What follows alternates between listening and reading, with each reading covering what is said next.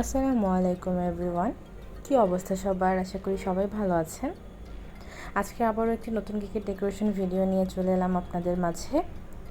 এটা একটা red velvet cake ছিল, আর রেড ভেলভেট কেক মানে সামথিং ডিফারেন্ট। তো এটা যদিও রেড ভেলভেট কেক ছিল, বাট এটাতে হচ্ছে হুইপড ক্রিম ফ্রস্টিংয়ের কথা বলা হয়েছিল এবং উপরে ডেকোরেশনটা একটু অন্যরকম ছিল। রেড ভেলভেটের যে গতানুগতিক ডিজাইনটা হয় সেটা ছিল না। আমি আমার মেনুতে দুই ধরনের রেড ভেলভেট কেক রেখেছি। একটা হচ্ছে হুইপড ক্রিম ফ্রস্টিং আর একটা হচ্ছে ক্রিম চিজ ফ্রস্টিং। এটার কারণটা হচ্ছে আমি জানি যে অনেকেই আসলে ক্রিম চিজের টেস্টটা পছন্দ করে না, এই জন্য এক আরেকটা কারণ হচ্ছে যেহেতু আমার ম্যাক্সিমাম ক্লায়েন্ট হচ্ছে স্টুডেন্ট, আমি তাদের জন্য যাতে একটু বাজেট ফ্রেন্ডলি থাকে এই জন্য আমি হুইপড ক্রিমটা রেখেছি। যার যেটা পছন্দ সে সেটা চুজ করে নিতে পারে। তবে ভিতরে যে বেসটা হয় রেড ভেলভেটের যে মেইন বেসটা, সেটা দুটার ক্ষেত্রে সেম থাকে। এটা যে একদম অথেন্টিক যে বেসটা হয় সেটাই আমি ইউজ করি। অনেকে দেখা যায় ভ্যানিলা কেকের মধ্যে রেড কালার মিক্স করে ওটাকে রেড ভেলভেট বলে চালিয়ে দেয়, কিন্তু আমি যেটা একদম অথেন্টিক যে রেড ভেলভেটের রেসিপি, আমি সেভাবেই কেকটা বানাই। এবং আমার রেড ভেলভেটটা আপনার হাতে দিলেই মনে হবে যে এটা একদম একটা ভেলভেটি টেক্সচার আছে। সেটা যারা এই পর্যন্ত আমার কাছ থেকে রেড ভেলভেট কেক নিয়েছেন তারা সবাই আশা করি বলতে পারবে। আর যদি রেড ভেলভেটের টেক্সচারটা একদম ভেলভেটি না হয় সেটা আসলে রেড ভেলভেটের কাতারে পড়ে না। তাই আমি হচ্ছে অলওয়েজ যে একদম পারফেক্ট যে রেসিপিটা সেটা ফলো করার চেষ্টা করি রেড ভেলভেটের জন্য। আর উপরে ক্রিমের হিসাবটা যার যার অনুযায়ী আমি করে দিই। তো এটাও হচ্ছে রেড ভেলভেটের মধ্যে হুইপ ক্রিম ফ্রস্টিং। এটা 1 পাউন্ডের মধ্যে ছিল। রেড ভেলভেটের 1 পাউন্ড কেক বানানো আসলে অনেক টাফ, কারণ রেড ভেলভেটের যে ডেন্সিটি এটা অনেকটা বেশি হয়। তো দেখা যায় 1 পাউন্ডের কেক অনেকটাই বেশি ওজনের হয়ে যায়। তারপর আমি যে নর্মাল 1 পাউন্ডের প্রাইস সেই হিসেবে আমি প্রাইসটা রেখেছি। এই কেকটা আমাকে একটা গুগল থেকে রেফারেন্স পিকচার দেওয়া হয়েছিল, সেখান থেকে আমি করছিলাম।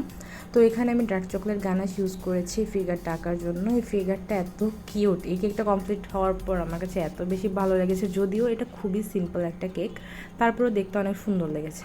আচ্ছা, আরেকটা কথা বলে নেই, আপনারা কেকের উপর যে একটু ছোট্ট কালো কিছুর মতো দেখতে পাচ্ছেন, ওটা আসলে অন্য কিছু না, এটা কেকের একটু গুঁড়া কীভাবে যেন কেকের উপরে পড়ে গেছে। তো আমি ভাবলাম যে এটা হাত দিয়ে রিমুভ না করে এটার উপরে আমি যে পরে রেড কালারের হার্টগুলো বসাবো এটার উপরে দিয়ে দিব, তাহলে এটা ঢেকে যাবে। এটা কোনো ময়লা না, এটা কোনো খারাপ কিছু না, এটা জাস্ট কেকের একটা ছোট্ট একটা দানা পড়ে গেছে উপরে।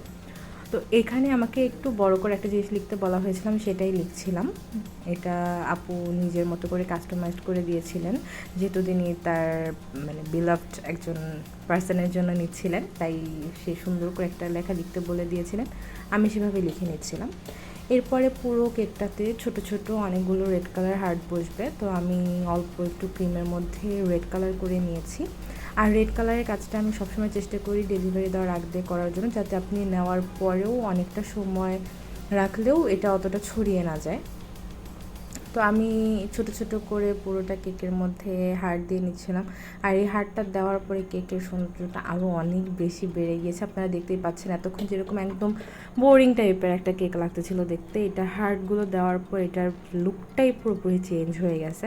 আমি একটু ঘন ঘন করে দিচ্ছিলাম হার্টটা, যেহেতু আমার উপরে কোনো মানে ভারী ডিজাইন নেই, আমি হার্টটা দিয়ে যাতে কেকটা বেশি সুন্দর লাগে আমি সেভাবে অল্প অল্প করে হার্ট দিয়ে নিচ্ছিলাম।